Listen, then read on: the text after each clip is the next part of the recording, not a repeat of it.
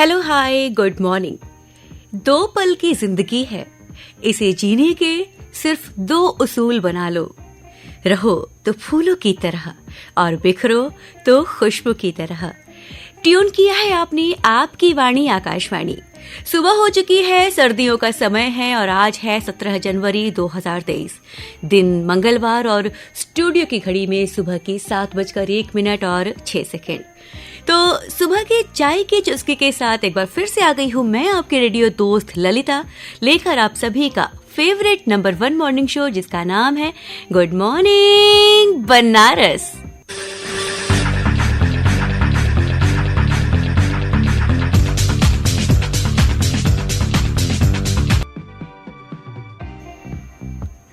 दोस्तों, हम सभी ने अपने लाइफ में कुछ न कुछ सपने जरूर देखे होते हैं।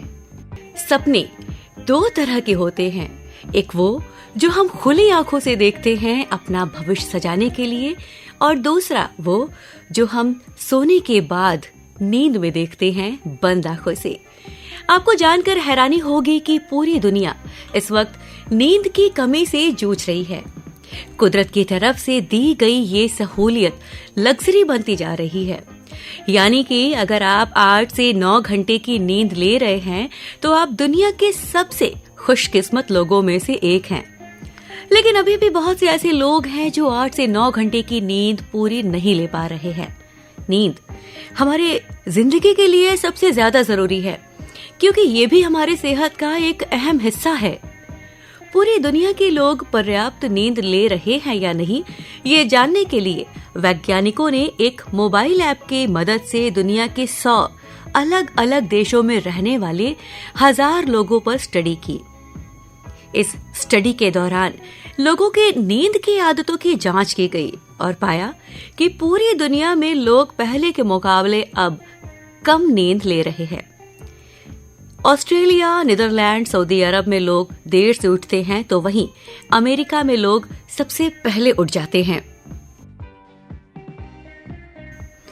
हमारे देश भारत में भी हालात बहुत अच्छे नहीं हैं। 2015 में भारत के लोगों की नींद लेने पर एक सर्वे किया गया और इस सर्वे में पता चला कि भारत के 93% लोग ठीक से नहीं सो पाते हैं। ऐसे लोग कम नींद लेने की वजह से कई स्वास्थ्य की परेशानियों से जूझ रहे हैं। इस सर्वे में शामिल लगभग 72% भारतीयों ने माना कि वो रात में 3 से 4 बार उठते हैं, जबकि 87% लोगों ने कहा कि कम नींद की वजह से उनकी सेहत पर असर पड़ रहा है। 57% लोगों ने कहा कि नींद की कमी की वजह से दफ्तर में उनका काम प्रभावित होता है। वैज्ञानिकों का मानना है कि 24 घंटे और सप्ताह में 7 दिन लगे रहने वाली जीवन शैली, देर रात तक मोबाइल फोन का इस्तेमाल, अलग अलग शिफ्ट में काम करने की मजबूरी, जिंदगी की इस रेस में दूसरे से आगे निकलने की होड़ ने पूरी दुनिया में नींद का संकट पैदा कर दिया है। 1950 में पूरी दुनिया के लोग औसतन 8 घंटे की नींद लिया करते थे, जबकि 2013 आते आते लोगों की नींद सिर्फ 6 घंटे 30 मिनट ही रह गई। हर रोज 8 घंटे की नींद को आधार बनाया जाए तो 90 वर्ष तक जीने वाला एक व्यक्ति अपने जीवन के 32 वर्ष सोते हुए बिताता है। कई लोगों को ये वक्त की बर्बादी लगता है, लेकिन ऐसा नहीं है। नींद कुदरत की तरफ से दिया गया सबसे बड़ा तोहफा है, सबसे बड़ा वरदान है। वैज्ञानिकों के मुताबिक सबसे पहले इंसान के पूर्वज पेड़ों पर रहा करते थे और तब नीचे गिरने के डर से उनकी नींद बहुत कच्ची हुआ करती थी। लेकिन आज से करीब 20 लाख वर्ष पहले इंसानों ने जमीन पर रहना शुरू कर दिया और तभी से बिस्तर पर सोने की भी शुरुआत हुई। गिरने का डर खत्म होने की वजह से इंसानों की नींद लंबी होने लगी और इंसानों को गहरी नींद भी आने लगी, और ये सब क्रमिक विकास के तहत हुआ। वैज्ञानिकों के मुताबिक नींद के दौरान दिमाग काम करना बंद नहीं करता, बल्कि ज्यादा सक्रिय हो जाता है। नींद के दौरान इंसान का दिमाग हाउसकीपिंग यानी कि साफ सफाई करने वाली अवस्था में चला जाता है। दिन भर काम करने की वजह से शरीर और दिमाग में कई तरह के वेस्ट प्रोडक्ट पैदा होते हैं जो दिमाग पर जोर डालते हैं। नींद के दौरान दिमाग इन वेस्ट प्रोडक्ट को बाहर निकाल देता है। हमारी आंखों के ठीक पीछे चावल के दाने के आकार की कोशिकाओं का एक समूह होता है जो बाहर की रोशनी के हिसाब से अंदाजा लगाती है कि सोने का वक्त हुआ है या नहीं। इंसान की नींद 2 हिस्सों में बटी होती है। पहले हिस्से को नॉन REM यानी नॉन रैपिड आई मूवमेंट वाली नींद कहते हैं।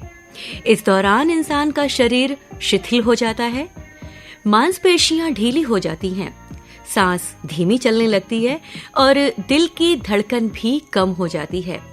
वही नींद का दूसरा हिस्सा REM यानी रैपिड आई मूवमेंट कहलाता है और इसी अवस्था में कोई व्यक्ति नींद में सपने देखता है। इस दौरान बंद आंखें अंदर ही अंदर हिलती हैं। इसे नींद की गहरी अवस्था भी माना जाता है और इसी दौरान इंसान की सांसें तेज चलती हैं और दिल की धड़कन भी बढ़ जाती है। जैसा कि हम आपको बता ही चुके हैं कि इसी दौरान इंसान सपने भी देखता है। रैपिड आई मूवमेंट वाली नींद 1 से 1.5 घंटे बनी रहती है। तो दोस्तों, देखा आपने कि नींद हमारी जिंदगी के लिए कितनी जरूरी है और समय के साथ साथ इसमें किस तरह से बदलाव हुआ। ये एक दिन की बात नहीं है, ये लाखों दिनों की बात है। तो कुदरत से मिले इस वरदान को, इस तोहफे को हमें पूरी तरह से उपयोग करना है। जितना ज्यादा हम प्रकृति के नजदीक रहेंगे उतना ही बीमारियों से दूर रहेंगे। जिंदगी है तो हंस के जीना है, खुश होके भी जीना है।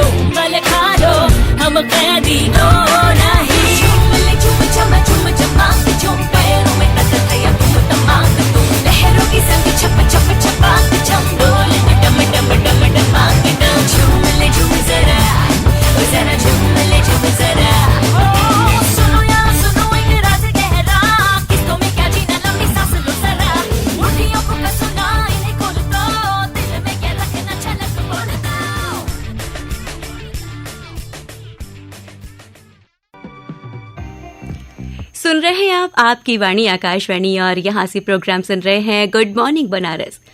दोस्तों, आजकल एक बात बड़ी कॉमन है, जिनके घर में भी छोटे छोटे बच्चे हैं, जब बच्चे रोते हैं, परेशान करते हैं तो पेरेंट्स उन्हें अपना मोबाइल फोन देकर चुप करा देते हैं। ये कितना सही है या कितना गलत है, आपको एक सर्वे के हिसाब से आज हम बताते हैं। रोते बच्चे को फोन देकर चुप ना कराएं।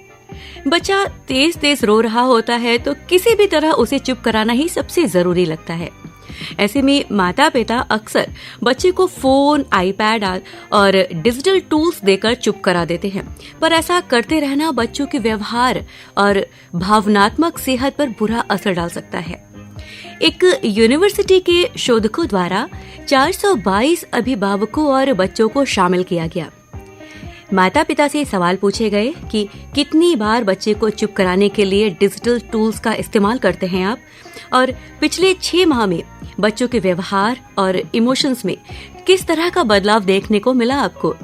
तो अध्ययन में बच्चों में तेजी से मूड में बदलाव, जल्दी जल्दी उदास या फिर खुश होना, आवेग की अधिकता जैसे लक्षणों की जांच की गई। अध्ययनकर्ताओं के अनुसार छोटे बच्चों ने रोने पर डिजिटल उपकरणों में उलझने रखने के लिए 4 लंबे समय में बच्चों के व्यवहार पर असर डालती है। बच्चे खुद को संयमित रखने के बेहतर तरीके सीखने के मौके खो देते हैं। खासकर लड़कों पर इसका अधिक असर देखने को मिलता है। टीम के अनुसार माता पिता को डिजिटल टूल से बच्चे को चुप कराने की जगह दूसरे बेहतर तरीकों का इस्तेमाल करना चाहिए। मसलन संगीत सुनना, किताब पढ़ना, कहानी सुनाना, उछल कूद करना या फिर इससे जुड़ी अन्य गतिविधियां करना। ज्यादा बेहतर है कि बच्चों को अपनी निराशा से उबरने के लिए बेहतर तरीके तलाशें और उसे अच्छे कामों के लिए प्रेरित करें। तो देखा आपने कि किस तरह से ये डिजिटल टूल्स हमारे बच्चों के लिए कितने नुकसानदेह हैं। जब ये हमारे लिए इतने नुकसानदेह हैं तो हमारे बच्चों के लिए तो बहुत ही ज्यादा। तो हमें जरूरत है सतर्क रहने की और अपने बच्चों को डिजिटल टूल्स से दूर रखने की। तो चलिए, ये तो हुई आज की बात। अब बढ़ते हैं अपने अगले सेगमेंट की तरफ। गंगा की लहरों पर कल यानी सोमवार से 20 जनवरी तक रंग बिरंगी नावें लहरों से बातें करते हुए दौड़ेंगी, तो ये आलम भी क्या खूब होगा। कल यानी सोमवार से इस कार्यक्रम का शुभारंभ हो चुका है। इस अद्भुत नजारे को काशी की जनता के साथ शंघाई सहयोग संगठन देशों के प्रतिनिधि भी देखने जा सकते हैं। पर्यटन को और गति देने के उद्देश्य से इस नौका रेस में वाराणसी के नाविकों की टीम भाग लेगी। रेस दशाश्वमेध घाट से शुरू होकर राजघाट तक होगी। इस नजारे को देखने के लिए गंगा के दोनों तरफ दर्शक होंगे। विजेताओं को पर्यटक विभाग की ओर से पुरस्कृत भी किया जाएगा।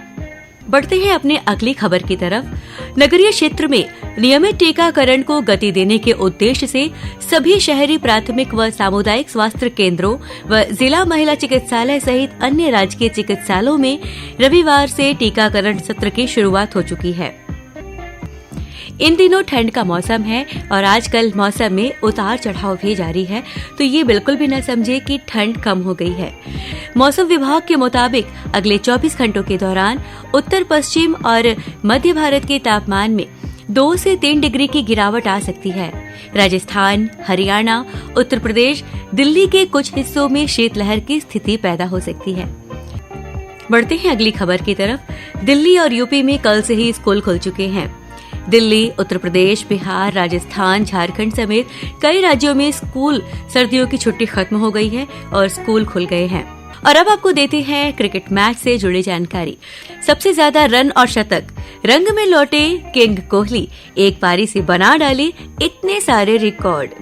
श्रीलंका के खिलाफ तीसरे वनडे मुकाबले में विराट कोहली ने नाबाद 166 रन बनाए। ये विराट कोहली के वनडे इंटरनेशनल का 46वां शतक था। विराट कोहली ने इस पारी के चलते कई रिकॉर्ड्स बना डाले। देखा जाए तो विराट कोहली ने 3 मैचों की सीरीज में कुल 283 रन बनाए और उन्हें प्लेयर ऑफ द सीरीज भी चुना गया। और अब बढ़ते हैं आगे। गोल्डन ग्लोब के बाद RRR ने दुनिया में फिर से लहराया परचम, बनी best foreign language film. SS Rajamouli की फिल्म RRR का दुनिया में डंका बज रहा है। RRR ने एक बार फिर ग्लोबल प्लेटफॉर्म पर भारत का नाम ऊंचा कर दिया है। गोल्डन ग्लोब जीतने के बाद राजमौली की फिल्म RRR ने बेस्ट फॉरेन लैंग्वेज फिल्म के लिए क्रिटिक्स चॉइस अवार्ड भी जीत लिया है। तो दोस्तों, देखते ही देखते वक्त हो गया है मेरा गुड मॉर्निंग बनारस प्रोग्राम से विदा लेने का। तो चलते चलते हमेशा की तरह आपसे एक ही बात कहना चाहूंगी कि उम्मीद बनाए रखे, क्योंकि उम्मीद है तो दुनिया है। कहते हैं ना कि उम्मीद से बंधा एक जिद्दी परिंदा है इंसान, जो घायल भी उम्मीदों से है और जिंदा भी उम्मीदों पर है। तो वापस मिलूंगी आपसे सुबह 8:45 पर मधुरिमा के साथ। अभी के लिए टाटा बाय बाय।